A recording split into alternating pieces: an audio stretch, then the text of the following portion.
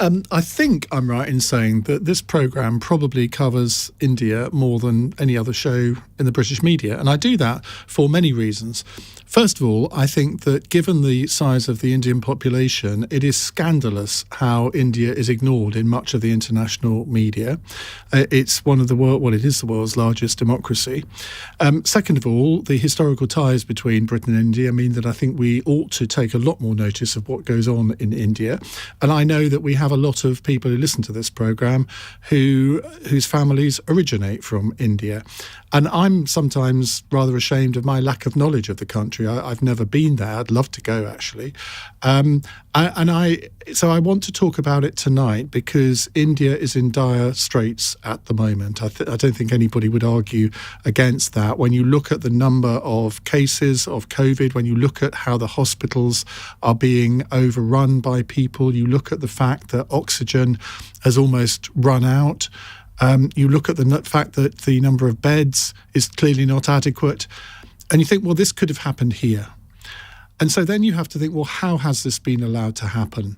And it seems obvious to me that there has been a massive, massive failure of political leadership. Now, the Indian Prime Minister, Narendra Modi, in a way, he's a bit like Boris Johnson in that he commands incredible loyalty and support from his supporters, but he has a lot of enemies as well. And of course, his political enemies will be looking at this and thinking, well, we told you so.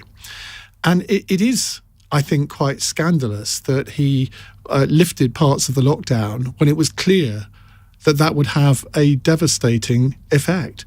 You look at even at the weekend, there were sporting events that were having massive crowds in the Indian Premier League in cricket, for example. Now, if you do that, don't be surprised when the number of cases starts rising. And of course, they haven't seen the worst of it yet, because if there are 352,000 new cases today, that means that in a 2 or 3 weeks' time, when a lot of those cases will turn into very serious cases, the hospitals will be even more overrun. And I don't understand how politicians can get themselves into that position when it's quite clear that when you look at the figures that are coming out of, I think it was in Calcutta at the weekend, it was reported that 50% of people testing for COVID were testing positive. 50%. Now, in this country, it's less than 1%, and even at the height of the pandemic, it was less than 1%. So goodness knows how bad this situation is going to become. So when you recognise the realities, though, what can be done? What can the international community do to help? Well, Britain is sending ventilators and oxygen equipment to India, but there needs to be a massive coordinated effort, because I don't think that there's any other country in the world at the moment that is suffering like India.